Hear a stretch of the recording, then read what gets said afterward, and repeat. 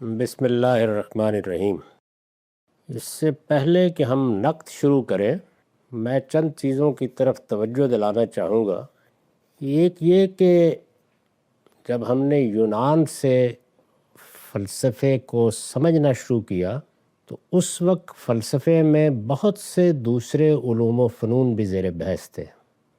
تدریج کے ساتھ وہ علوم و فنون فلسفے کے عنوان سے نکلتے چلے گئے اور اپنی جگہ الگ ڈسپلنز کی حیثیت اختیار کرتے گئے، جیسے عمرانیات ہے، جیسے سیاست ہے، جیسے معیشت کے بعض مباحث ہیں، جیسے قانون ہے، جیسے نفسیات ہے۔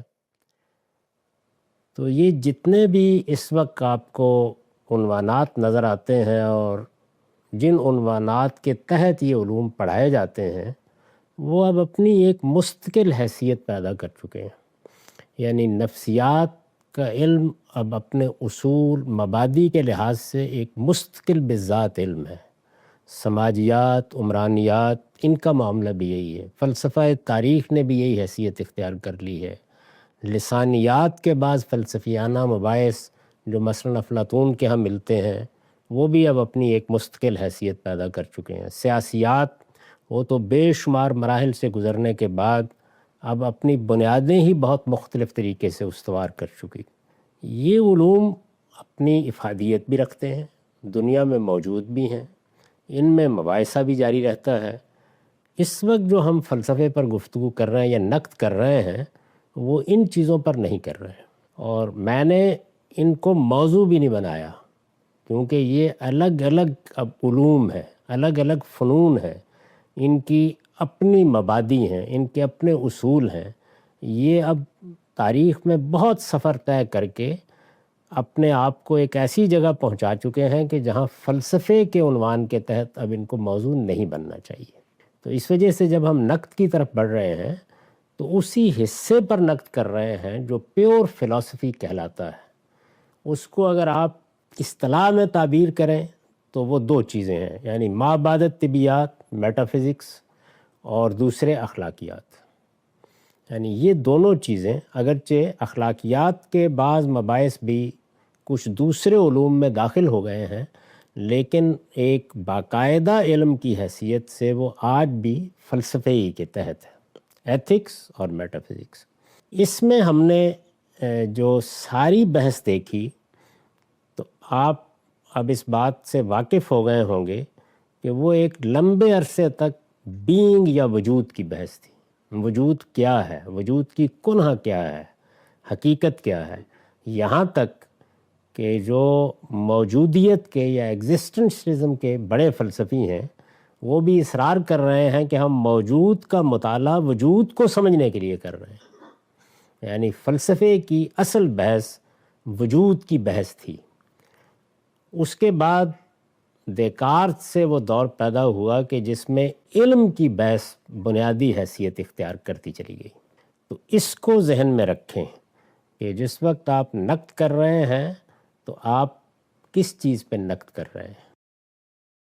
تو میری یہ بات اگر پہنچ گئی ہے تو اس وقت بھی میں نے یہ عرض کیا تھا کہ فلسفہ کس طرح پیدا ہوتا ہے، کس طریقے سے اپنے مباحث کو تقسیم کرتا ہے، اس کو سمجھنا زیادہ ضروری ہے۔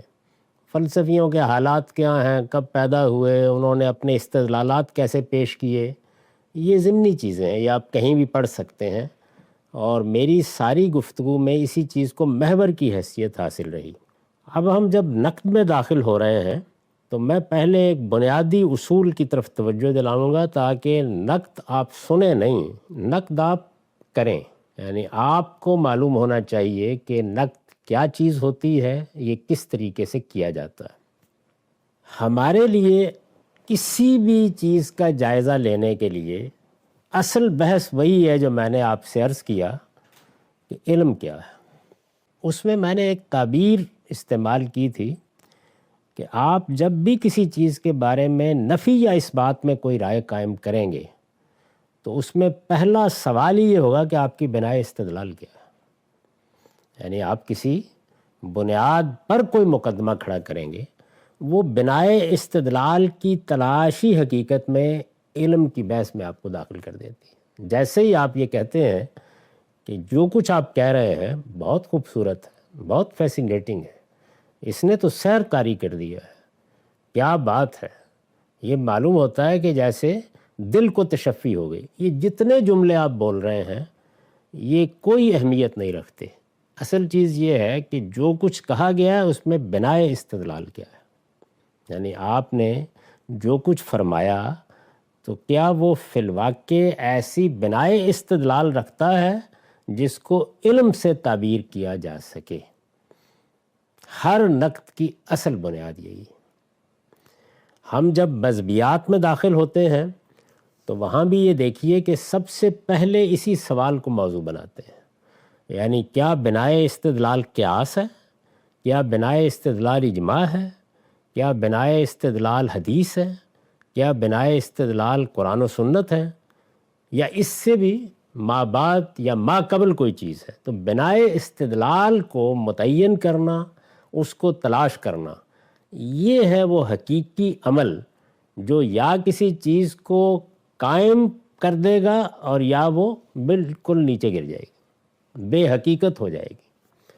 تو اب اسی چیز کو سامنے رکھ کر ہم ایک جائزہ لیتے ہیں کہ جب آپ مذہبیات کی دنیا میں نہیں ہیں یا کسی علم کے اصول و مبادی کو ماننے کے بعد آگے کی چیزوں کا، جن کو تفریعات کہتے ہیں فرع سے، ان کا تجزیہ نہیں کر رہے، بلکہ آپ اس بنیاد کو جان رہے ہیں مذہبیات سے ہٹ کے، تو آپ کی بنائے استدلال کیا چیزیں ہو سکتی ہیں؟ یہ وہ بحث ہے جو آپ کو اپسٹمالوجی میں یا علم کے نظریات کا جب جائزہ لیا جاتا ہے تو وہاں ملے گی، اور یہی میرے نزدیک وہ اصل بحث ہے جس سے لوگوں کی تعلیم کی ابتدا ہونی چاہیے۔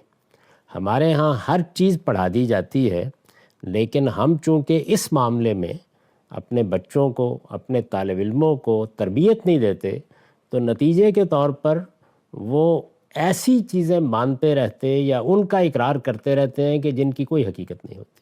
تو اب یہ دیکھیے کہ ہمارے پاس بنائے استدلال کیا چیزیں ہو سکتی ہیں۔ مختصراً میں اس کو دہرا دیتا ہوں، یعنی ہم انسانوں کے لیے پہلی چیز جو علم کی ابتدا کرتی ہے وہ ہمارا تجربہ اور مشاہدہ ہے۔ تجربہ اور مشاہدہ کا لفظ جب بولا جاتا ہے، یاد ہوگا کہ جب نیاز فتح پوری صاحب نے یہ بحثیں چھیڑی، نئی پیدا ہوئی تھیں، فلسفہ بھی انہوں نے نیا پڑھا تھا، تو انہوں نے یہ کہا کہ یہ زمانہ تو یؤمنون بالتجربہ والشہود کا زمانہ ہے۔ اس پر تنقیحات میں مولانا سید ابواللہ صاحب مودودی نے بڑی نفیس بحث کی، جو آپ تجدد کا پائے چوبیں کے زیر عنوان ان کے مضمون میں دیکھ سکتے ہیں۔ تو تجربے اور شہود کا لفظ استعمال کرتے ہوئے، یعنی مشاہدے اور تجربے کا، ہم خارج میں چلے جاتے ہیں، یعنی میری آنکھیں کیا دیکھتی ہیں، میرے کان کیا سنتے ہیں، جس کو اقبال نے ریکنسٹرکشن میں پہلے خطبے میں موضوع بنایا ہے، علم بالحواس، یعنی آپ کو حواس سے جو علم حاصل ہوتا ہے۔ لیکن یہاں جو چیز نظر انداز کر دی جاتی ہے وہ یہ ہے کہ میرا جس طریقے سے ان حواس پر خارج کی دنیا سے تعلق پیدا کرنے کے لیے انحصار ہے، اسی طرح بلکہ اس سے کہیں زیادہ شدت کے ساتھ میں اپنے حادثہ باطنی پر انحصار کر رہا ہوں۔ دونوں یکساں طریقے سے مجھے تجربہ فراہم کرتے ہیں، دونوں یکساں طریقے سے مشاہدہ بنتے ہیں، یعنی حادثہ باطنی میرے درون کا مشاہدہ کراتا ہے، اور میرے خارجی حواس یعنی آنکھیں، کان، لامسہ کی حس، یہ باہر کی دنیا کا مشاہدہ کراتی ہے۔ اس سے میں اشیاء سے متعلق ہوتا ہوں، اور حادثہ باطنی سے میں اپنے شعور سے متعلق ہوتا ہوں۔ تو اس لحاظ سے خواہ میرے باطن کا تجربہ ہو، خواہ میرے ظاہر کا تجربہ، میرے علم کی ابتدا اسی سے ہوتی ہے۔ اور یہ جو بہت تفصیلی بحث میں نے کی ہے امام فرائی کے نقطہ نظر کی وضاحت میں اضطراری علم کی، وہ اصل میں اس علم سے جو میرے اندر ہے اور وہ علم جو مجھے باہر سے حاصل ہوتا ہے میرے حواس سے، اس کے باہمی ربط کو بیان کرتی ہے۔ یعنی ایسا نہیں ہے کہ یہ دونوں چیزیں الگ الگ کھڑی رہتی ہیں، بلکہ میں جو اپنے اندر پاتا ہوں میں اس کو اشیاء سے متعلق کرتا ہوں، جو اشیاء سے مجھے حاصل ہوتا ہے اس کو اپنے اندر لے جاتا ہوں۔ یعنی یہ الگ الگ حواس اپنی معلومات بھی فراہم کرتے ہیں اور پھر ایک دوسرے کے ساتھ ان کا تبادلہ بھی کرتے ہیں۔ تو میرے علم کی پہلی بنیاد یہی ہے، یعنی میرا اضطراری علم، میرے حاسہ باطنی کے نفسی مشاہدات، اور میرے یہ جو حواس ہیں جن کو عام طور پر حواس یا سینسز کے طور پر تعبیر کیا جاتا ہے، ان کے مشاہدات اور تجربات۔ مشاہدات اور تجربات یعنی یہ آپ بڑی حد تک علم کی دنیا میں ہم معنی استعمال کرتے ہیں، لیکن سائنسی علم نے اس کو ایک خاص صورت بھی دے دی کہ آپ اس مشاہدے کو کسی معمل میں، کسی لیبارٹری میں ایک تجربے سے گزار بھی سکتے ہیں۔ جیسے اگر یہ بات دریافت ہو گئی ہے کہ پانی در حقیقت دو گیسوں کا مجموعہ ہے، تو اب آپ پانی کو دو گیسوں میں تبدیل کر کے اور ان دو گیسوں کو جو نسبت آپ نے دریافت کی ہے اس سے اکٹھا کر کے ایک کو دوسرے میں بدل سکتے ہیں۔ تو یہ گویا تجرباتی تصدیق ہو جاتی ہے کہ آپ نے جو رائے قائم کی اس کی نوعیت کیا ہے۔ تو پہلی چیز جو ہے وہ تجربہ اور مشاہدہ ہے، لیکن تجربے اور مشاہدے کا مطلب یہ نہیں ہے کہ صرف آپ کے خارجی حواس کی معلومات، آپ کا حاسہ باطنی بھی اس میں برابر کا کردار ادا کرتا ہے۔ آپ کا اضطراری علم جو آپ لے کے آئے ہیں وہ بھی بنیادی کردار ادا کرتا ہے، اور پھر ان کا تعامل یعنی ایک کو دوسرے کے ذریعے سے آپ متعین کرتے ہیں۔ یہ جو کچھ بھی آپ کا تجربہ اور مشاہدہ ہے یہ علم کی پہلی بنیاد ہے۔ میرا تجربہ اور مشاہدہ میرے اپنے لیے تو پہلے ہی مرحلے میں حجت ہو جاتا ہے، یعنی اللہ یہ کہ مجھے خود اس کے بارے میں کوئی شبہ لاحق ہو جائے، تو میرے لیے یا فرد کے لیے تو حجت ہو جاتا ہے، وہ اس کی بنیاد پر فیصلے کرتا ہے اور سب معاملات انجام دیتا ہے۔ لیکن وہ خارج میں علم کیسے بنتا ہے، اس کے لیے دوسرا اسٹیپ ہوتا ہے انڈکشن کا یا استقراء کا۔ اس وقت جتنے علوم آپ کے ہیں وہ سب کے سب اسی مرحلے سے گزر کر علم بنے ہیں، استقراء اور انڈکشن۔ استقراء اور انڈکشن کیا ہے؟ تجربات کا یا مشاہدات کا باہمی تبادلہ، یعنی میرا تجربہ، میرا مشاہدہ، آپ کا تجربہ، آپ کا مشاہدہ، وہ جس کو اقبال نے کہا نا شعور دیگر، تو شعور دیگر کے ساتھ اب وہ بڑھتا چلا جاتا ہے، بڑھتا چلا جاتا ہے، یہاں تک کہ پھر ہم یقینیات کی حد تک یہ کہنے کی پوزیشن میں آ جاتے ہیں کہ یہ ایسے ہی ہوگا، اور عالمگیر صداقت میں وہ تبدیل ہو جاتا ہے۔ عالمگیر صداقت میں تبدیل ہونے کا عمل ہر تجربے اور مشاہدے کے ساتھ نہیں ہوتا، ایسا بھی ہوتا ہے کہ جس میں اختلافات باقی رہتے ہیں، یعنی میرا تجربہ اور مشاہدہ، آپ کا تجربہ اور مشاہدہ، استقراء کے نتیجے میں آپ ایک جگہ پہنچ جاتے ہیں، پھر وہ چیلنج بھی ہو جاتا ہے، کہیں اس میں مستثنیات بھی آ جاتی ہیں۔ مستثنیات آتی ہیں تو ان کو بھی ہم دیکھتے ہیں کہ کیا وہ مستثنیات ہیں یا دو الگ الگ چیزوں کو متعین کر رہی ہیں، دو مستقل بذات حقیقتیں سامنے آ گئی ہیں۔ تو یہ عمل جو ہے یہ ہمیشہ استقراء سے ہوتا ہے۔ یہ جو بڑے چھوٹے پیمانے کے اوپر ڈیٹا کلیکشن ہو رہی ہوتی ہے، شماریات کے طریقوں پر آپ سروے کر رہے ہوتے ہیں، یہ بہت ہی چھوٹے پیمانے پر اس کا ایک آپ کے سامنے مشاہدہ ہوتا ہے، ورنہ آپ سارے علم کو دیکھیں تو وہ اس سے گزرتا ہے لازماً۔ اب اگر اس کے بعد آپ آگے جائیں تو جس وقت یہ چیزیں استقراء کے نتیجے میں عالمگیر مجموعہ حقائق کی صورت اختیار کرنا شروع کر دیتی ہیں، عالمگیر مجموعہ حقائق کی صورت اختیار کرنے کے نتیجے میں اب آپ مجبور ہو جاتے ہیں، چونکہ آپ کے پاس عقل ہے، اور عقل جس طرح ایک کام کر رہی تھی ان چیزوں کے ادراک کا، بالکل اسی طریقے سے وہ ان کی بنیاد پر استنباط کا کام بھی کرتی ہے۔ یعنی عقل کے دو وظیفے ہیں، بڑے وظیفے، ایک ادراک یعنی میرے شعور میں جو چیزیں ہیں ان کو قاعدے ضابطے سے ایک کیٹیگرائزیشن میں لے آنا، تو ادراک کا کام کرتی ہے۔ پھر دوسرا کام استنباط۔ استنباط کیا ہے؟ انفرنس، یعنی جو چیز آپ کے تجربے اور مشاہدے میں آ گئی ہے آپ اس تجربے اور مشاہدے کے لوازم کی طرف آگے بڑھتے ہیں۔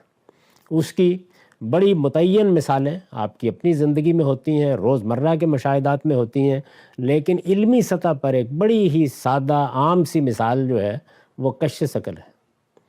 یعنی مشاہدے اور تجربے کا عمل توجہ کا باعث کب بنا ہے؟ ایک چیز کو نیچے گرتے ہوئے دیکھ کر، اس کے بعد نیچے کیوں گرتی ہیں چیزیں، میں نیچے کی طرف کیوں گرتا ہوں، میں سیڑھیاں چڑھتے ہوئے کیوں اپنا سانس پھولتا ہوا محسوس کرتا ہوں۔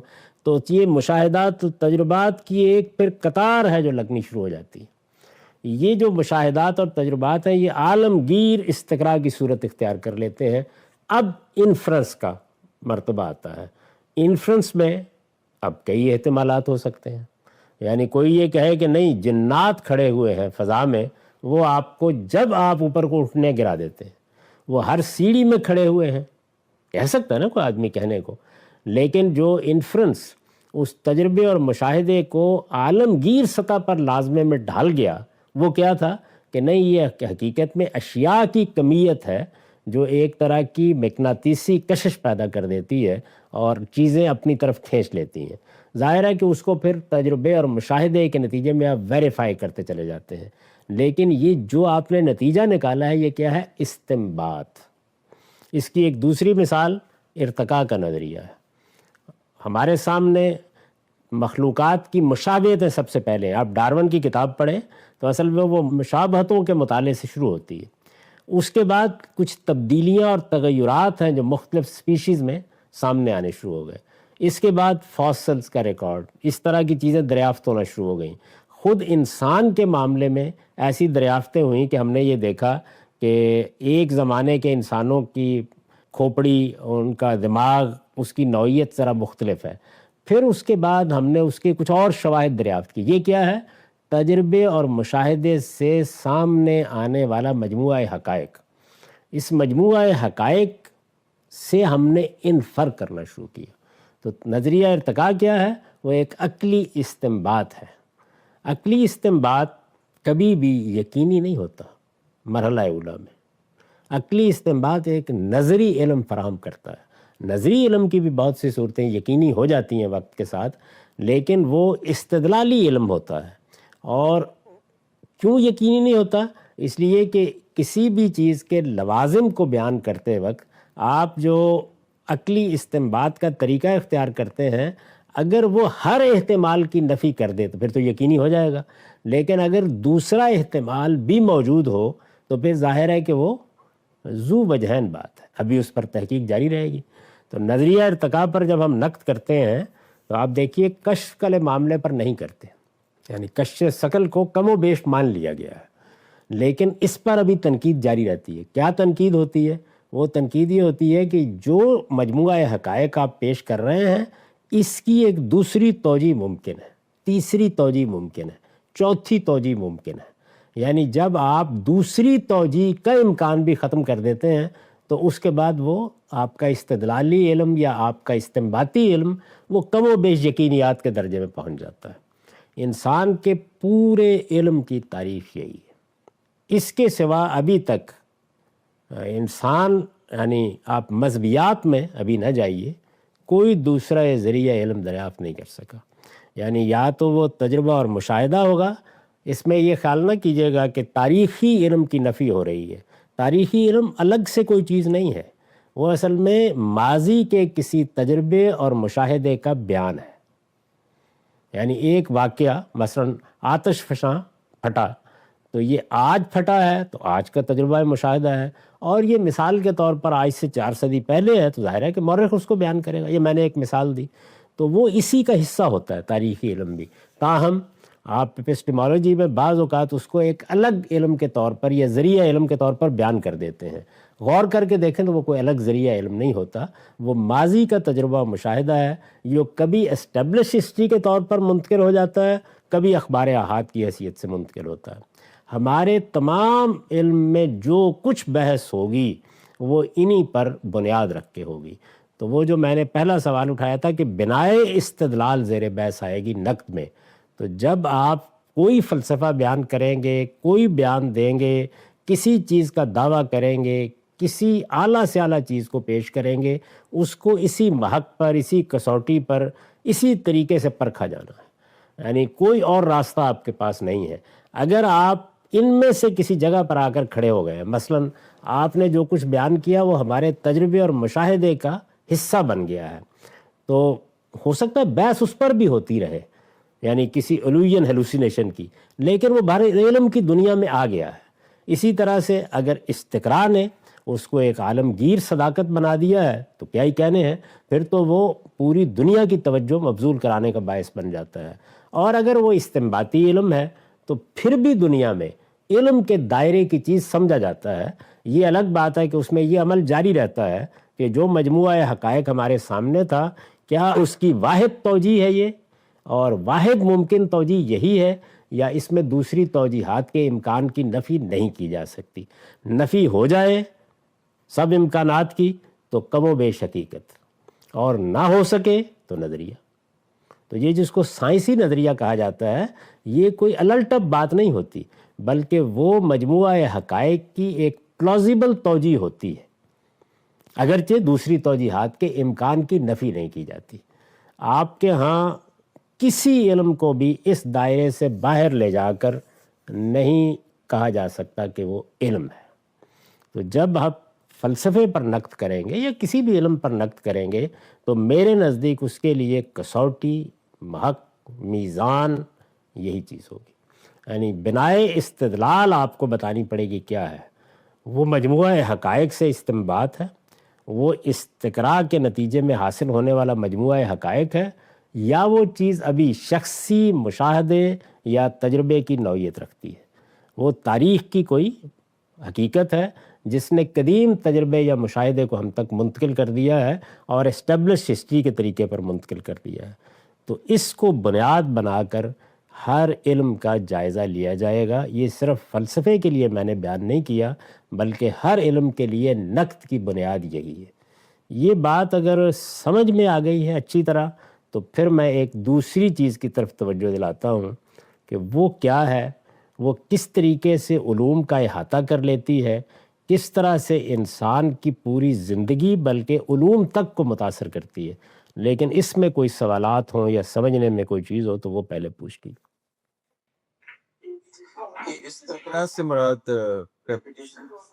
جی استقراء مطلب نہیں سمجھا۔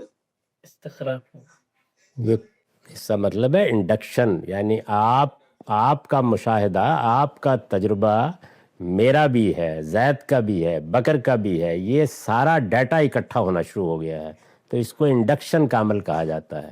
جدید تمام علوم کی بنیاد انڈکشن ہے۔ آپ استنباط بھی یوز کر رہے ہیں۔ استنباط انفرنس ہے، یعنی اس میں ڈیٹا اکٹھا نہیں کیا جاتا، موجود ڈیٹا سے یا جو اکٹھا ہو جاتا ہے یا مجموعہ حقائق سے عقلی لوازم کے طور پر کسی چیز کو بیان کیا جاتا ہے۔ یہ سب چیزیں نیچے کی طرف گرتی ہیں، یہ مشاہدہ اور تجربہ ہے۔ یہ جب بے شمار انسانوں کا تجربہ اور مشاہدہ ہے تو استقراء ہو گیا ہے۔ جب اس سے یہ نتیجہ نکالا گیا کہ یہ اصل میں کسی چیز کی کمیت کی کشش ہے تو یہ اصل میں کیا ہوا، استنباط ہو گیا۔ ٹھیک، بہت شکریہ سر۔ ایک اور سوال، یہ جو انڈکشن اور استقراء کے نتیجے میں جب کوئی چیز عالمگیر صداقت بن جاتی ہے تو یہ جو مجموعہ حقائق ہیں یہ تو دونوں طرح کے ہو سکتے ہیں، منفی بھی اور مثبت بھی۔ جو چیز بھی ہے، آپ کسی کی نفی کو لے کے چلے ہیں تو ظاہر ہے کہ نفی کے حقائق جمع ہوں گے، کسی چیز کا اس بات لے کے چلے ہیں تو اس بات کے حقائق جمع ہوں گے۔ لیکن اگر درمیان کی صورت ہے، جیسے ایک چیز ہے اس پر اختلافات بھی موجود ہیں اور اس کے حق میں بھی، اس کا مطلب ہے استقراء کا عمل پورا نہیں ہوا ابھی۔ ہر جگہ پہ علم ایسے ہی ہو رہا ہوتا ہے، یعنی بعض موقعوں کے اوپر تجربے اور مشاہدے کو چیلنج درپیش ہوتے ہیں۔ ایک بہت بڑا گروہ یا بہت بڑی جماعت اس کو اپنا تجربہ اور مشاہدہ کہہ رہی ہوتی ہے، اور ایک بہت بڑی جماعت اس کو اپنا تجربہ اور مشاہدہ ماننے کے لیے تیار نہیں ہوتی۔ تو ہر جگہ پر اختلاف ہوگا، یعنی اس کا یہ مطلب نہیں ہے کہ اختلاف رفع کرنے کا کیا طریقہ ہے۔ علم اسی طریقے سے کام کر رہا ہوتا ہے۔ اختلاف تو اس میں بھی ہو جاتا ہے کہ میں رات کے وقت اٹھا اور میں نے کہا کہ ہمارے تو گھر میں سانپ رینگ رہا ہے، اور بیگم صاحبہ اٹھی اور انہوں نے کہا کہ کمال ہے، میرا دوپٹہ گر گیا تھا۔ تو تجربے اور مشاہدے میں اختلاف ہو گیا۔ ہر مرحلے پر یہ علم چیلنج سے نہیں نکلتا، یہ بتایا یہ گیا کہ بنتا کیسے ہے علم بنتا کیسے ہے۔ کسی مرحلے پر بھی اگر یعنی کوئی چیز ان دائروں میں آ گئی اور ان دائروں میں آنے سے اس کا وجود چیلنج ہو گیا تو وہ علم میں بحث پیدا ہو گئی، لیکن وہ علم کے دائرے میں بحث آ گئی ہے۔ اگر کوئی چیز ان میں سے کسی جگہ آئی ہی نہیں تو وہ اصل میں علم کے دروازے سے بھی داخل نہیں ہوئی۔ صحیح، آپ نے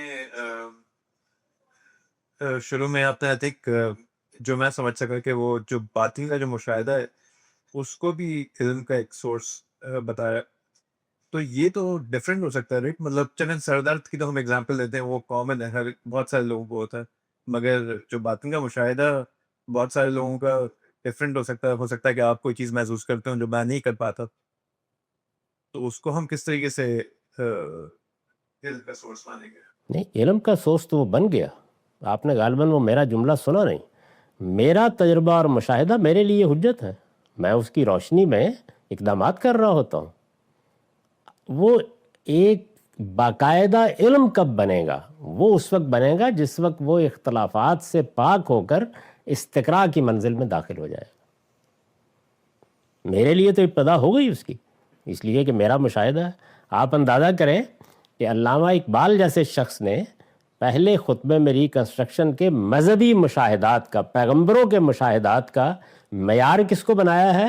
صوفیانہ مشاہدات۔ اب اگر ابن عربی بھی یہ کہتے ہیں کہ میں نے اس طرح عروج کیا اور میں ان مراحل سے گزرا اور ان سے گزرنے کے بعد میں ملائے اعلیٰ تک پہنچا اور وہاں میں نے یہ دیکھا، اور اس کے بعد جنید بغدادی بھی یہی کہتے ہیں، شیخ عطار بھی یہی کہتے ہیں، رومی بھی یہی بیان کرتے ہیں، احمد سرندی بھی یہی کہتے ہیں، تو ظاہر ہے کہ یہ اس گروہ کے ہاں ایک مشترک اساس پر مبنی مشاہدہ بنتا جا رہا ہے، لیکن یہ عالمگیر علم کی بنیاد نہیں بن سکتا۔ تو وہ کیوں نہیں بن سکتا؟ مطلب اگر جیسے آپ بھی ان کے اس جو بھی ان کا راستہ ہے اس راستے کے اوپر چل کے آپ بھی وہی مشاہدہ کر سکتے ہیں، رائٹ؟ جی، اگر یہ صورت پیدا ہو جائے جس طرح کہ ایک سائنسدان آپ کو لیبارٹری میں لے جا کے تو پانی بنا کے دکھا دیتا ہے دونوں گیسوں کے مجموعے سے، تو پھر ٹھیک ہو جائے، لیکن وہ ایسا ہوتا نہیں نا۔ یعنی جیسے ہی آپ کہتے ہیں کہ یہ مشاہدہ مجھے بھی کرائیے، ابھی دیکھا ہوگا آپ نے کہ بہت لوگ ہیں جو یہ کہتے ہیں کہ ہم نے جنات کو دیکھا ہے، کہتے ہیں ہم جنوں کے ساتھ معاملہ کرتے ہیں، لیکن یہ عالمگیر علم نہیں بن پاتا۔ کیوں؟ وجہ کیا ہے؟ وجہ یہ ہے کہ ایسا نہیں ہے کہ وہ انوائٹ کریں کہ ایک سائنٹسٹ کو اور یہ کہیں کہ آپ بھی آ جائیے، آپ بھی آ جائیے، ابھی آپ کو جن سے ملاقات کرا دیتے ہیں۔ تو ایسے جو مشاہدات ہوتے ہیں وہ شخصی مشاہدات ہی سمجھے جاتے ہیں، اس لیے کہ وہ انسانوں کا اجتماعی تجربہ نہیں بنتے۔ یعنی مثلاً اچھائی اور برائی کا شعور جو ہے وہ اس کی مثال بن سکتے ہیں۔ اچھائی اور برائی کا شعور تو عالمگیر تجربہ بن چکا ہے۔ نہیں، اور بے شمار چیزیں ہیں، انسان کی حصے جمالیات ہے، سارے انسان موت کی وادی میں پہنچ جاتے ہیں، انسان ایک عقلی وجود ہے، یہ ساری چیزیں جو ہیں یہ بن چکی ہیں۔ یعنی انسان چونکہ حصے جمالیات رکھتا ہے تو ایک 5000 سال پہلے کی غار میں ایک چڑیا کی تصویر مل جائے گی تو ہم کہیں گے کہ انسان وجود میں آ چکا تھا۔ اس سے بنیاد بنا کے 5000 سال کیا 5 لاکھ سال پہلے انسان کا وجود ثابت ہو جائے گا۔ سر مگر پھر ایک عالمگیر حقیقت بعض دفعہ ہوتی ہے، جیسے کہ ایک زمانے میں ایک عالمگیر حقیقت تھی کہ سورج جو ہے وہ دنیا کے گرد گھوم رہا ہے۔ بالکل غلط، یعنی یہ استنباط تھا۔ استنباط عالمگیر حقیقت نہیں ہوتا۔ استنباط نہیں، صرف یہ تھا کہ صرف عالمگیر مشاہدہ صرف یہ تھا کہ ہم ایک چیز کو گھومتے ہوئے دیکھ رہے تھے، لیکن اس سے انڈرسٹینڈنگ تو ہمیں یہی لگتی تھی نا کہ ہمارے دنیا کے تو انڈرسٹینڈنگ ہی کو استنباط کہتے ہیں۔ اچھا، پھر ایک اور استنباط نے آ کے اس کو تبدیل کر دیا۔ ایک اور استنباط نے آگے تبدیل کر دیا۔ یعنی اگر وہ مشاہدہ ہوتا، یعنی یوں ہوتا کہ ہم زمین پر کھڑے ہوئے زمین کا سکون اور سورج کی گردش دونوں کو ویریفائی کر دیتے تو پھر وہ مشاہدہ بن جاتا۔ یعنی ایک ظاہرہ جس کو آپ فینومینن کہتے ہیں، اس کے ایک استنباط تھا جو عالمگیر سطح پہ قبول کر لیا گیا تھا، اور بے شمار استنباطات ہیں۔ میں نے مثال دی ابھی، نظریہ ارتقاء کے ساتھ یہی صورتحال ہے۔ یعنی ابھی بھی وہ اس جگہ نہیں پہنچا کہ وہ واحد توجیہ بن جائے سارے ڈیٹا کی، لیکن کم و بیش لوگوں نے ایسا ہی یقین اس کے اوپر کر لیا ہوا ہے۔ دنیا سورج سے گرد گھوم رہی ہے، یہ بھی تو ایک استنباط ہی ہے۔ جی، تمام جتنے سائنسی علوم ہیں وہ استنباطی ہوتے ہیں۔ یعنی وہ چیز جس کو، لیکن فرض کر لیجئے کہ آپ اس سے اوپر لے گئے اور آپ جا کے آپ نے اوپر سے جا کے دیکھ لیا کہ یہ سب ایسے گھوم رہا ہے اور یہ ساری چیزیں اس طرح سے گردش کر رہی ہیں، تو اب یہ استنباط نہیں رہا۔ تو جدید آلات نے انسان کے مشاہدے اور تجربے کے ڈیٹا کو، جس کا بڑا حصہ استنباطی تھا، اس کو پہلی منزل پر مشاہداتی بنا دیا ہے۔ میں یہ کہہ رہا تھا کہ جیسے چلیں ٹھیک ہے، مطلب آپ کی بات سمجھ میں آئی کہ جو باطنی مشاہدے کی جو بات ہم کر رہے تھے کہ وہ جو ہے وہ عالمگیر سطح پر جو ہے وہ مشاہدہ نہیں ہوتا، رائٹ؟ نہیں، عالمگیر سطح پر بھی ہو جاتا ہے، یعنی بہت سے مشاہدات ہمارے باطنی مشاہدات ہیں، مطلب میری بہت سی حسیات ہیں جو اس وقت عالمگیر سطح پہ مانی جاتی ہیں۔ میں کہتا ہوں مجھے غم ہوتا ہے، میں کہتا ہوں میرے اوپر حزن طاری ہوتا ہے، میں یہ کہتا ہوں میں تشویش میں مبتلا ہوتا ہوں، میں کہتا ہوں میرے اندر نفرت کا جذبہ ہے، میں کہتا ہوں میرے اندر محبت کا جذبہ ہے، میں گنتا چلا جاؤں 1000 ایسی چیزیں ہیں جو میرا باطنی مشاہدہ ہے، لیکن وہ عالمگیر صداقتیں بن چکی ہیں۔ جی بالکل ٹھیک ہے، مگر کچھ مشاہدے ایسے ہوتے ہیں کہ جو صرف کچھ گروہوں کے لیے یا کچھ شخصیات کے لیے ہوتے ہیں، وہ کر رہے ہوتے ہیں، مگر جیسے کہ ساتھ کہ اس کو سائنٹسٹ کی طریقے سے ہم لا کر کے اس کو ٹیسٹ نہیں کر سکتے، رائٹ؟ اس لیے وہ چیلنج ہوتے رہتے ہیں، یعنی لوگ کہتے رہتے ہیں کہ یہ جن کو جن کہہ رہے ہیں وہ اصل میں کیا ہیں، وہ نفسیاتی امراض ہیں، ایسے ان کو نظر آنے لگ جاتا ہے۔ ایلوژنز، ہیلوسینیشنز، نفسیات کے بے شمار معاملات، دواؤں کے اثرات، ان کے ذریعے سے کیا ہوتا ہے، اسی فینومینن، اسی ظاہرہ کی توجیہ ہو جاتی ہے۔ مجھے بڑی اچھی طرح یاد ہے کہ میں مردان گیا ہوا تھا، ڈاکٹر محمد فاروق خان صاحب چونکہ ایک ماہر سائیکاٹرسٹ تھے، تو ان کے ہاں ایک خاتون آئی جو فرینچ بولتی تھی، پاگل پن کی صورت میں، ہسٹیریا کا جب دورہ پڑتا تھا تو فرینچ بولنا شروع کر دیتی تھی، اور گھر والے بڑے پریشان ہوتے تھے کہ بھئی یہ کیا ہے کیا نہیں۔ تو ڈاکٹر صاحب نے کہا کہ میں اس کو دوا بھی دوں گا تو یہ فرینچ نہیں بولے گی، دوا دی اور ختم ہو گئی۔ اب وہ ایک الگ موضوع بن گیا کہ کیا مسئلہ تھا، اب اس کی تحقیق کے مراحل شروع ہو گئے، وہ پھر ایک پوری داستان ہے، وہ اس وقت میں اس میں الجھ جاؤں گا کہ پھر کیا پتہ چلا کہ اصل میں وہ کیا دماغی عمل تھا جو یہ صورت اختیار کر رہا تھا۔ تو مشاہدہ تو ہو گیا، میں نے بھی کر لیا، لیکن مشاہدہ اگر 2 توجیحات کا امکان پیدا کر رہا ہے تو بس پھر وہ معرض بحث میں ہے، ابھی وہ حقیقت نہیں بنا۔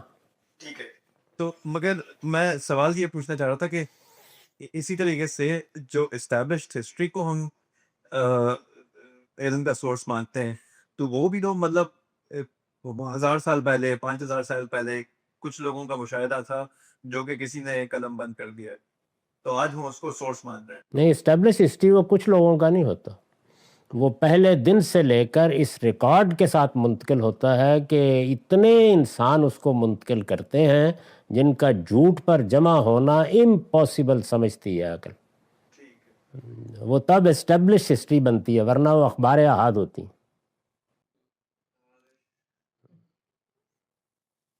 تو اگر یہ بات میری سمجھ میں آ گئی ہے کہ علم بننے کا عمل کیسے ہوتا ہے، کہ انسان ایک بڑی غیر معمولی صلاحیت رکھتا ہے متخیلے کے ذریعے سے چیزوں کو امیجن کر لینے کی، یہ تخیل جس کو کہا جاتا ہے، شاعروں کا تخیل۔ پہلے بھی میں نے آپ کو سنایا تھا، اقبال نے عرفی کو خراج تحسین پیش کیا ہے کہ محل ایسا کیا تعمیر عرفی کے تخیل نے، تصدق جس پہ حیرت خانہ سینہ و فارابی۔ یہ ابھی آپ کی سمجھ میں یہ آئے گا یہ شعر کہ اگلے مصرے میں کہا کیا ہے اس نے۔ تو تخیل کے ذریعے سے انسان ایک دنیا اپنے اندر آباد کرتا ہے۔ یہ جو آپ کا فکشن ہے، جو ادب آپ کے ہاں تخلیق ہوتا ہے، آپ یہ پیراڈائز لاسٹ کو آپ دیکھیے، پیراڈائز ریگینڈ کو آپ دیکھیے، اقبال کے جاوید نامہ کو آپ دیکھیے، آپ دانتے کی ڈیوائن کامیڈی کو دیکھیے، آپ غالب کے بعض وہ اشعار دیکھیے کہ جس میں ایک تخیل کے ذریعے سے پوری کی پوری دنیا تخلیق ہو جاتی ہے، جس میں زنجیریں جو ہیں وہ بال ہو جاتی ہیں اور بال جو ہیں وہ باطن کی آگ سے جل جاتے ہیں۔ اس طرح تخیل سے ایک دنیا وجود میں آتی ہے۔ ایک اعلیٰ درجہ ناول نگار وہ کرتا یہ ہے کہ آپ کی دنیا کے بعض مشاہدات کو لے کے اس کو اپنے متخیلے سے ایک دنیا میں تبدیل کر کے کہانی کے کردار وجود میں لے آتا ہے۔ اچھا، اس میں وہ کردار اتنے زندہ کردار بن جاتے ہیں، مثلا آپ ٹالسٹائی کا اینا کارینینا دیکھیں، مثال کے طور پر ہیمنگوے کی کہانیاں دیکھیں، مثلاً آپ اپنے ہاں شرلک ہومز کو دیکھیں، آپ ابن صفی کو دیکھیں کہ کس طرح انہوں نے بعض کرداروں کو ایک خاص دور کے پڑھنے والوں کے لیے بالکل زندہ حقیقتیں بنا دیا۔ آپ ماضی کی داستانوں کے کردار دیکھیں تو انسان کے اندر یہ بڑی غیر معمولی آج بھی اتنی متاثر کن ہے یہ، اور انسانی متخیلے کو اس زوردار طریقے سے متاثر کرتی ہے۔ میں ماضی کی مثالیں نہیں دے رہا، رات رات بھر لوگ بیٹھے ہوئے داستان گوؤں سے کہانیاں سنتے تھے۔ ایسی ایسی کتابیں ہیں کہ جنہوں نے بادشاہوں کو یعنی اپنے کاموں سے غافل کر دیا۔ ایسی خواتین کی کہانیاں ہیں۔ الف لالہ تو خیر پھر ایک داستان ہے کہ وہ شہرزاد جو ہے وہ ہر رات ایک کہانی سناتی ہے اور کہانی کو ختم نہیں ہونے دیتی، ایک طلسم اس نے باندھ دیا ہے۔ آپ کے ہاں یہ واقعہ ہوا اس پچھلے سال میں کہ ایک ڈرامہ لگا یہاں پہ، اس ڈرامے کے بارے میں ساری دنیا میں ہم نے یہ خبریں پڑھی کہ جس دن اس کے کردار نے آخر میں موت کے منہ میں وہ چلا گیا تو لوگ سڑکوں پر رو رہے تھے۔ یعنی اندازہ کریں کہ ہر آدمی کو پتہ، عورتیں رو رہی تھی۔ ہمارے عمار خان ناصر صاحب نے اس کے ماتم کے اوپر تبصرہ کیا، ایسے لگتا تھا کہ جیسے سب کے سب لوگ درا حالے کہ ہر ایک کو یہ معلوم تھا کہ یہ دانش صاحب جن کی وفات ہوئی ہے ان کی وفات نہیں ہوئی، ان کو کچھ بھی نہیں ہوا۔ تو آپ دیکھیں کہ یہ جو تخیل جس کے نتیجے میں ایک حیرت خانہ وجود میں لاتا ہے، ایک ناول نگار لاتا ہے، ایک داستان گو لاتا ہے، ایک اعلیٰ درجے کا شاعر لاتا ہے۔ آپ جاوید نامہ پڑھیے یا آپ دانتے کی ڈیوائن کامیڈی پڑھیے۔ دانتے کی ڈیوائن کامیڈی کے بارے میں یہ کہا جاتا ہے کہ عالمی ادب اگر کسی کلمینیشن پر دیکھنا ہو تو آپ اس میں خاص طور پر اس حصے کو دیکھیں کہ جو پرگیٹری اور ہیل کا حصہ ہے۔ تو یہ جس وقت آپ پڑھتے ہیں ان چیزوں کو تو وہ کردار، اور بیٹرس جو ہے ویسے تو کہا جاتا ہے کہ وہ اس کی محبوبہ بھی تھی، لیکن وہ ایک کردار بن کے تربیہ خداوندی میں ایسے سامنے آتی ہے۔ اسی طرح رومی، یعنی رومی کا تصور وہی آنے لگ جاتا ہے جیسے وہ جاوید نامہ میں اقبال کے ساتھ ساتھ پھر رہے ہیں۔ پھر اس میں اقبال نے بہت سے کردار تخلیق کیے ہیں، شہروں کی بعض تصویریں کھینچ دی ہیں۔ آپ وہ نبیہ مریخ والا حصہ پڑھیے، آپ مرغدین کے اوپر ان کے اشعار پڑھیے، مرغدین و عمارات بلند منچ گویم زاں مقام ارجمند۔ یعنی اگر آدمی اچھا ذوق رکھتا ہو تو وہ ایک آئیڈیل سٹی کے طور پر، سٹی آف گاڈ جیسے سینٹ آگسٹائن کی ہے، ویسی صورت اختیار کر لیتا ہے۔ تو یہ جو متخیلہ ہے یعنی تخیل کی کار فرمائی، اس کے نتیجے میں ایک دنیا بنتی ہے۔ یہ بڑی غیر معمولی دنیا ہوتی ہے، گرفت میں لے لیتی ہے۔ اب یہ سوچئے تھوڑی دیر کے لیے کہ کسی آدمی کو، کچھ بچوں کو ایک ملک میں آپ نے ایک ناول دیا، بہت اعلیٰ درجے کا ناول، اور پہلے دن سے یہ طے کر لیا کہ ان بچوں کو یہی بتانا ہے کہ یہ تاریخ ہے۔ اچھا خود ہمارے یہاں دیکھیے، یعنی مجھے بڑی اچھی طرح یاد ہے، میری جو چھوٹی بہن تھی، چھوٹی یعنی مجھ سے چھوٹی نہیں بلکہ بڑی بہن کے بعد جو دوسری بہن تھی، تو وہ بہت شوق سے نسیم حجازی کے ناول پڑھتی تھی، اور ان کے پاس سب موجود تھے ناول نسیم حجازی کے۔ تو وہ جس وقت میں ابھی پڑھ نہیں سکتا تھا تو مجھے نسیم حجازی نے جس طریقے سے تاریخ کو بیان کیا ہے وہ سناتی تھی، اور مجھے اب بھی یاد ہے کہ میں بدر بن مغیرہ کے خواب دیکھنے لگ گیا تھا۔ یعنی وہ جس طریقے سے جنگل میں چلے گئے ہیں، جس طرح سے وہ اب حملوں کا جواب دے رہے ہیں، نسیم حجازی نے، یعنی وہ قصہ تاریخی لحاظ سے کتنا ہے وہ الگ بات ہے، لیکن انہوں نے اس کو صورت کیا دے دی ہے۔ تو یہ جو انسانی تخیل کے ذریعے سے ایک دنیا آباد کرنے کی انسان میں صلاحیت ہے، شاعر میں، ادیب میں، اسی طرح سے ہم روز یہی معاملہ کرتے ہیں، کہانی بنا لیتے ہیں، قصہ بنا لیتے ہیں۔ بعض اوقات چیزوں کو محض ہم اپنے تخیل کے زور کے اوپر ایک واقعہ باور کرنے لگ جاتے ہیں۔ یعنی یہ ایسی غیر معمولی صلاحیت ہے انسان کے اندر، اور یہ فیسینیٹ کرتی ہے بہت کمال کے اوپر۔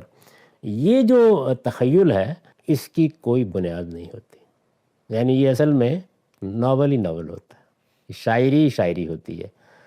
تو پورا فلسفہ جو ہم نے پڑھا ہے اس کی بنائے استدلال کیا ہے؟ تخیل۔ آپ ایک نگاہ ڈال کے دیکھیں، خواہ آپ مادیت پسندوں کا فلسفہ پڑھیں، اس کے بنیادی مقدمات کا ماخذ تخیل ہے، لیکن تخیل کی دنیا کے باہمی ربط اس خوبی کے ساتھ اور اس استدلال کے ساتھ استوار کر دیے جاتے ہیں کہ جیسے ایک ناول یا ایک ڈرامے کی دنیا ہمیں اپنی گرفت میں لے لیتی ہے، بالکل یہی صورت پیدا ہوتی ہے۔ آپ کسی دور کو اٹھا لیں، اس کے مادیت پسندوں کو اٹھا لیں، ارادیت پسندوں کو اٹھا لیں، موجودیت پسندوں کو اٹھا لیں، یعنی بہت تھوڑی سی چیزیں، جیسے ایک ناول نگار بھی جب ناول لکھتا ہے تو وہ آپ کی سوسائٹی سے کچھ کردار لے لیتا ہے، لیکن اس کے بعد جو کچھ بناتا ہے، تو سینا و فارابی ہمارے ہاں کے بڑے فلسفی ہیں۔ اب دیکھیں اقبال نے کیا کمال کیا ہے، تصدق جس پہ حیرت خانہ ہے سینا و فارابی، یعنی سینا و فارابی فلسفے کی دنیا میں جو تخیل سے حیرت خانہ بناتے ہیں، یہ بھی اس حیرت خانے پہ تصدق جو فارابی نے اپنی شاعری سے بنا دی ہے، بیان کیا نا اس کو۔ تو اس وجہ سے سارا فلسفہ جو ہم نے پڑھا ہے، ایک لفظ میں اس کی حقیقت ہے انسان کے متخیلے کی کار فرمائی کے نتائج جو بیان کرتا ہے۔ آپ کسی چیز کو اٹھا لیں، یعنی جس وقت یہ کہا گیا، کسی کو اٹھا لیں، جس وقت یہ کہا گیا کہ یہ جو عالم ہے یہ قدیم ہے، عالم موجود ہے یہ تو مشاہدہ ہے، تجربہ ہے، عالم قدیم ہے، یہ کیا چیز ہے؟ یعنی آپ کا تخیل یہ کہہ رہا ہے کہ اس کو قدیم ہونا چاہیے، اور آپ نے ہونا چاہیے کو ہے میں بدل دیا۔ تخیل کہہ رہا ہے، یعنی استنباط بھی نہیں کہہ رہا۔ اگر مشاہدے سے استنباط لازم ہو جائے تو وہ علم بن جائے گا۔ تو میں آپ کو جتنا میں نے فلسفے کے اوپر گفتگو کی ہے، اطمینان کے ساتھ یہ عرض کر سکتا ہوں کہ اس کی مابعد طبیعیات اور اخلاقیات دونوں اصل میں ایک منہدم شدہ عمارت ہے، اس کی موت واقع ہو چکی ہے۔ نیٹشے نے کہا تھا خدا مر گیا، حقیقت میں فلسفہ مر چکا ہے، کیونکہ علم کی دنیا میں جیسے جیسے دیکارت کے بعد علم کی تنقیح ہوتی چلی گئی، علم کی دنیا میں فلسفہ اپنے لیے کوئی بنائے استدلال پیدا نہیں کر سکا، مادیت پسند بھی نہیں کر سکے۔ مثلا یہی دیکھ لیجئے، بظاہر ان کی بات بڑی معقول نظر آتی ہے کہ یہ جو مادہ ہے اسی کے تعامل سے زندگی پیدا ہو جاتی ہے۔ یہ بات تو ٹھیک ہے کہ زندگی بظاہر ایسے لگتا ہے، لیکن مثلا زندگی کے اجزاء اگر مادی سطح پر، لیبارٹری کی سطح پر آپ تلاش کریں تو کیا ہوں گے؟ یعنی وہ آپ کو بتا دیں کہ تمام عناصر گنوا دیں کہ یہ نائٹروجن ہے، یہ ہائیڈروجن ہے، یہ آکسیجن ہے، یہ فاسفورس ہے، یہ کاربن ہے، گنوا دیں گے، 6 کے 6 گنوا دیں گے، لیکن ان کی تالیف کی وہ کون سی صورت ہے جس سے لائف پیدا ہو جاتی ہے؟ یہ جب تک لیبارٹری میں پیدا نہیں ہوتی اس وقت تک یہ متخیلہ ہے، اگر آپ غور کریں۔ یعنی وہ کہ شعور کس طرح اس سے پیدا ہوتا ہے وہی بات کی چیز ہے، ان میں سے کسی چیز کی کوئی بنیاد نہیں ہے۔ ہاں جس وقت وہ چیز مشاہدے میں آ جائے گی، یعنی مثال کے طور پر ہم اجزاء دریافت کر لیں گے اور اجزاء کے نسخے کی تالیف بھی دریافت کر لیں گے، جیسے ہم نے یہ دریافت کر لیا کہ یہ 2 حصے، یہ ہوگی آکسیجن، یہ ایک حصہ یہ ہائیڈروجن ہوگی، اس سے پانی بن جائے گا، تو بنا کے دکھا دیں گے نا۔ لیکن اگر ہم یہ کہیں کہ ہمارا خیال ہے کہ ایسا ہوگا، تو یہ ایک مفروضہ ہے، اس کی کوئی حقیقت نہیں ہے۔ تو اگر آپ دیکھیں تو جو کچھ ہم نے یہ پچھلے کئی مہینے کے اندر پڑھا ہے، ایک لفظ میں اس پر نقد یہ ہے کہ اس کی بنائے استدلال تخیل ہے، اور تخیل سے ناول وجود میں آ سکتا ہے، شاعری وجود میں آ سکتی ہے، علم وجود میں نہیں آ سکتا۔ تو یہ سارا علم ایک بے بنیاد علم ہے۔ سر اگر تخیل سے وہ مشاہدہ بن جاتا ہے پھر تو علم بن گیا نا، ایسے دیا۔ ہاں تو عذرا کرم اس کو بنانے کا کام کر ڈالیے، پھر وہ کریں گا تو پھر علم کی دنیا میں داخل ہو جائے گا نا۔ میرا مطلب ہے کہ فلسفہ جتنا ہم نے پڑھا ہے، اگر اس میں سے بہت ساری چیزیں ایسی ہیں جو مشاہدہ اور علم بن گیا ہے۔ ایک بتائیے، ایک، صرف ایک کی مثال دیں گے؟ میں نے کبھی 2 چیزیں نہیں پوچھی۔ مادی چیزیں بہت ساری ہیں جو سائنس میں آج ہمارے سامنے آ چکی نہیں، وہ تو فلسفے سے نکل گئی نا، اس لیے سائنس بن گئی۔ فلسفے کا موضوع پھر یاد کیجئے، میں نے آج کی گفتگو شروع کی تھی، فلسفے کے اندر سے بے شمار علوم نکلے، وہ علوم بن چکے ہیں، ان پر ہم کوئی گفتگو نہیں کریں گے، ہم صرف 2 چیزوں پر گفتگو کریں گے۔ ایک وہ اصل فلسفہ، پیور فلسفی، وہ کیا ہے؟ ما بعد طبیعیات اور اخلاقیات کی بنیادیں۔ اس کا مطلب یہ ہے کہ وہ فلسفہ تو سارا ہی بنائے استدلال اس کا تخیل ہو گیا، یہ بات تو طے ہو گئی۔ سارے کے سارے فلسفے، اس فلسفے میں بے شک اس کی بنائے استدلال تخیل ہے، لیکن جو چیز مشاہدہ اور انڈکشن اور استقرار کے نتیجے میں سائنس بن جائے گی، اس کو ہم قبول کر لیں گے، جو باقی بچے گا اس کو ہم کہیں گے آپ سائنس کا لفظ کیوں استعمال کرتے ہیں؟ یہ تو مروبیت ہے نکلی میں، جو علم بن جائے گا، جو علم بن جائے گا۔ تو اس وقت اس وہی چیزیں بنا استدلال تھیں جو میں نے بیان کر دی۔ جو علم بنا ہے پھر اس کے نام ہم نے الگ رکھ لیے۔ پھر یاد کریں ابتدائی گفتگو کو جس سے میں نے بات شروع کی تھی کہ ابتدا میں فلسفہ بہت سے علوم کی ماں تھی، وہ علوم اپنی جگہ الگ مستقل ڈسپلن بن چکے ہیں، ہم ان پر کوئی گفتگو نہیں کریں گے۔ یعنی کارل مارکس کا ایک نظریہ تھا، اس سے معیشت کا علم آگے وجود میں آیا، وہ زیر بحث نہیں ہے اصل میں۔ نہیں وہ تو نہیں، میں جو بات وسیم سمجھنا چاہ رہا ہوں وہ یہ ہے کہ وہ اصل میں ہم تنقید کر رہے ہیں بنا استدلال پہ۔ تو جو چیزیں آج علوم بن چکی ہیں ہمارے سامنے ہیں، وہ ان کی بھی تو بنا استدلال تو وہی تھی نا، تخیل ہی تھی، لیکن آج وہ علوم ان کی بنائے استدلال تخیل نہیں تھی۔ میں نے عرض کیا ہے کہ ان پر میں نے کوئی بحث نہیں کی۔ ابتدا میں بھی میں نے افلاطون کے سیاسی افکار اور اس طرح کی چیزیں جو تھیں ان کو موضوع ہی نہیں بنایا تھا۔ اس وقت گفتگو ہو رہی ہے ما بعد طبیعیات پر، جن چیزوں کی بنائے استدلال کسی درجے میں مشاہدہ تھا، کسی درجے میں تجربہ تھا، وہی علم بنے ہیں، ان کی بنائے استدلال تخیل نہیں تھی۔ چاہے سر کس طرح اگر کارل مارکس نے ایک فلسفی اپنے ذہن میں وضع کی اور اس کے بعد آنے والے لوگوں نے اس پہ عمل کر کے ایک ریاست بنا کے ہمارے سامنے کھڑی کر دی، تو جب ہم یہ کہیں گے کہ یہ علم بن گیا، ایک ریاست بنانے کا ایک طریقہ یہ بھی ہو گیا، لیکن اس کی جو فنڈامنٹل سورس کیا ہوگی؟ اس کی فنڈامنٹل سورس تو تخیل نہیں رہے گی۔ نہیں، دیکھیے وہ کارل مارکس کا جو فلسفیانہ پہلو ہے وہ ہے کہ اس کائنات میں تاریخ کا عمل اصلاً کس چیز سے پیدا ہوتا ہے؟ وہ طبقات کی کشمکش سے پیدا ہوتا ہے۔ طبقات کی کشمکش ایک درجے میں مشاہدے کی چیز ہے، تو اس وجہ سے جدلی مادیت کی بنیادوں پر آپ کہیں گے کہ یہ ٹھیک ہے، لیکن اس کے بعد جو نتائج نکالنے کا عمل ہے وہ سارا ہی تخیلاتی ہے۔ یعنی میں نے اس وقت بھی عرض کیا تھا کہ یہ اصل میں فلسفہ تھا ہی نہیں، یہ بنیادی طور پر ہیگل کا فلسفہ تھا جس کا اطلاق طبقات پر کر کے مارکس نے اس سے اپنے پورے علم کی بنیاد نکال لی۔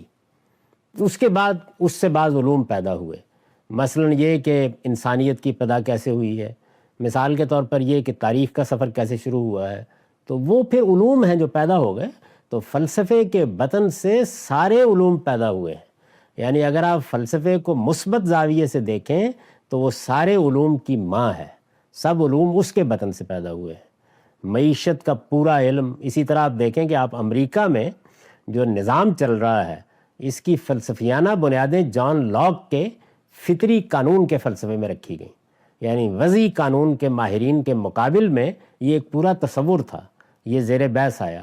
یہ وہ علوم ہیں جو علم بن چکے ہیں، ہم نے اس پہ کوئی کمنٹ نہیں کیا۔ کارل مارکس کی بعض چیزیں بھی علم بن چکی ہیں، اس پر کوئی کمنٹ نہیں کر رہے۔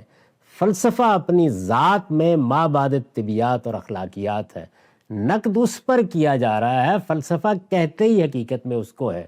باقی علوم تاریخ کے عمل کے نتیجے میں فلسفے کے عنوان سے نکل کر اپنی مستقل بذات حیثیت اسٹیبلش کر چکے ہیں۔ یہ بات ایک ہے نا کہ آپ ایک شاعر یا ایک مصنف وہ اپنے تجربے اور مشاہدے کے مختلف چھوٹے چھوٹے کپڑوں کے ٹکڑے لے کے اپنے تخیل کے سوئی دھاگے سے اس کی رلی بنا دیتا ہے، اور تو وہ لیکن وہ جب وہ رلی بن جاتی ہے تو وہ تو ایک حقیقت ہوتی ہے، اس میں بہت سارے تجربے اور مشاہدے کے حصے بنی ہوئی ہے۔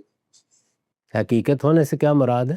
یعنی حقیقت مطلب یہ ممکن ہو سکتا ہے کہ اس میں سے کچھ چیزیں جو ہے جو بھی اس نے اپنے تخیل کے سوئی دھاگے سے اپنے تجربے اور مشاہدے کی مختلف چھوٹی چھوٹی چیزیں لیتے وہ ایک نظریہ قائم کیا ہے، یہ امکان تو ہے نا کہ وہ آئندہ کا انسان کا تجربہ اور مشاہدہ اس کو ثابت کر دے کہ وہ ٹھیک۔ بس جیسے ہی ہوگا تو وہ علم کی دنیا میں آ جائے گا۔ ہم کون سی یہ بات کر رہے ہیں کبھی نہیں آئے گا، آ جائے گا تو آ جائے گا۔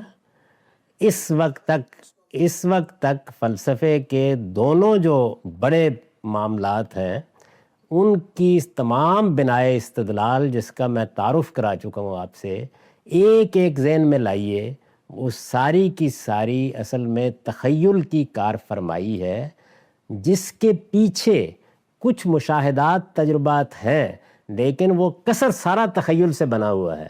وہ ایسا نہیں ہے کہ علم کے طریقے پر وہ تجربہ اور مشاہدہ اٹھا, اس نے شخص سے اٹھ کے استقراء کے منازل طے کیے, وہ ایک عالمگیر صداقت بنا, پھر اس سے استنباط ہوا اور وہ سائنسی علم بن گیا. یہ چیزیں کسی بھی مرحلے تک جیسے ہی پہنچ جائیں گی بس علم کی دنیا کی بحث شروع ہو جائے گی. تو اب آپ ایک نظر ڈالیں نا, ہم فلسفے کی پوری تاریخ پر نظر ڈال چکے ہیں, کسی ایک نظریے کو اٹھائیں اور اٹھا کر اس کو لائیں اور پھر بتائیں کہ جی فلاں چیز جو ہے وہ کسی بھی درجے میں علم بن چکی ہے. جتنی مثالیں آپ دیں گے وہ ساری کی ساری الگ علوم کی شکل میں جا چکی ہیں, ان پر ہم نے بحث ہی نہیں کی اس سارے عرصے کے دوران. لیکن ایک پروسیس سے اگر کوئی فلسفہ ایک علم میں منتقل ہو چکا ہے اور وہ آپ اس کو علم مان رہے ہیں, تو اس کے علم ہونے کا کریڈٹ آپ فلسفے کو نہیں دیں گے؟ نہیں, میں تو بہت کریڈٹ دیتا ہوں. میں تو کہتا ہوں کہ فلسفہ وہ ماں تھی جس نے بہت خوبصورت اولاد پیدا کی, اور وہ اولاد اس وقت نگار خانہ بنائے ہوئے ہے دنیا کا. اس ماں کو خراج تحسین پیش کرنا چاہیے, لیکن وہ اپنے اصلی وجود کے لحاظ سے بانج کی بانج ہی دنیا سے رخصت ہو گئی. کہ وہ تخیر جو فلسفہ پیدا کرتا ہے اس کا سلسلہ کیا ختم ہو چکا, اس کی کوئی افادیت ختم ہو چکی آخر سے؟ نہیں, تخیل اب بھی تخیل کے طور پر جاری ہے, شاعری اب بھی ہو رہی ہے, ادب اب بھی تخلیق ہو رہا ہے. حد یہ ہے کہ سائنس فکشن وہ بھی تخیل کی کارفرمائی ہوتی ہے نا, اور بعض اوقات وہ جو چیزیں امیجن کر رہے ہوتے ہیں وہ حقیقت بن جاتی ہیں. یہ بتایا جا رہا ہے آپ کو کہ تخیل کوئی بری چیز نہیں ہے, کنڈمنیشن کی چیز نہیں ہے, لیکن تخیل بنائے استدلال نہیں بن سکتا, کسی چیز کو علم نہیں بنا سکتا. جو جیسے آپ کو جو بات کر رہے ہیں وہ یہ شاید اس کو ہمیشہ تبصیرت سے یہ ہو رہا, جیسے کہ آپ اس انکار کو رد نہیں کر رہے کہ اس تخیل کی دنیا سے اصلی علم بھی وجود پا سکتا ہے, لیکن آپ یہ کہہ رہے ہیں کہ جو فلسفے ہم نے پڑھے ہیں. حیرت ہو گئی مجھے بھائی, اصلی علم خواب سے پیدا ہو جائے گا, اصلی علم ایک مجنون اور مجذوب کے دو جملوں سے پیدا ہو جائے گا, لیکن وہ پیدا ہونے کے اس پروسیس میں آئے گا تو علم بنے گا. لیکن ہم نے جو فلسفے پڑھے ہیں ان میں سے کوئی بھی ایسا نہیں, آپ نے سارا فلسفہ جو ہے وہ دیکھ لیا ہے. پھر میں عرض کر رہا ہوں کہ افلاطون کی تو سیاست پر کتاب موجود ہے, ریپبلک. افلاطون نے تو سماج کے اوپر چیزیں لکھی ہیں, لیکن وہ الگ الگ علم بن گئی ہیں. مثلا نفسیات کو دیکھیں, نفسیات کے علم کی جب ابتدا ہوئی تو اس کو سول کی سائنس کہا جاتا تھا, روح کی سائنس. تھوڑے ہی عرصے کے بعد یہ اندازہ ہوا کہ روح تو تجربے میں آنے والی چیز ہی نہیں ہے. تو اس کے بعد آپ کو معلوم ہے کہ پورا اسکول پیدا ہوا نفسیات میں, بیہیویئر اسکول, کہ نہیں ہم جو کچھ دیکھ سکتے ہیں وہ صرف انسان کا کیریکٹر ہے, نہ کہ اس کی روح ہے. یعنی روح کا ظہور دیکھ سکتے ہیں اگر اس کو روح کا نام ہی دینا ہے. تو اب جب یہ بیہیویئرسٹ دور آیا تو نفسیات اس وقت پورا علم جو ہے وہ سائنس بن گیا. تو جیسے ہی انہوں نے ایک ایسی چیز دریافت کر لی انسان کے اندر سے جو تجربے اور مشاہدے میں آ سکتی ہے تو علم بننے کی ابتدا ہو گئی. لیکن یہ بات کہ انسان, یہ جو کچھ بھی ہمارے گرد و پیش میں عالم ہے اور ہم ہیں, اس میں یہ جو کچھ ہم کو نظر آتا ہے مادی کائنات میں اپنے وجود سمیت, یہ کوئی حقیقت نہیں رکھتا. اصل میں ذہن ہے, ایک عالمگیر ذہن جس کا ظہور ہو رہا ہے. اس میں مجھے بتائیے کہ تخیل کے سوا کیا چیز ہے؟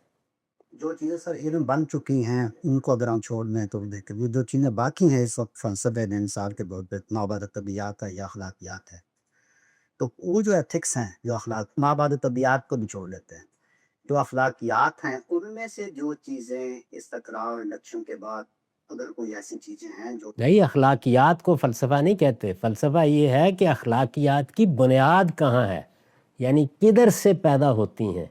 پیدائشی طور پر انسان لے کے آتا ہے, کوئی الہام فطرت ہے جو اس کو پیدا کرتا ہے. یہ ہے اصل میں فلسفے کی بحث.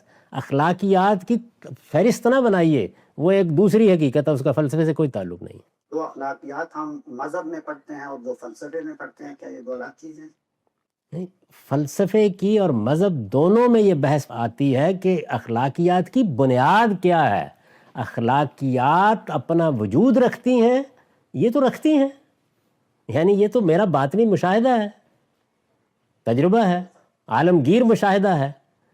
یہ فلسفے کی بحث نہیں ہے. فلسفے کی بحث یہ ہے کہ یہ جو اخلاقی احساس ہے یہ کیا زمانے نے پیدا کر دیا ہے؟ یہ کیا تاریخ کے تعامل نے پیدا کر دیا ہے؟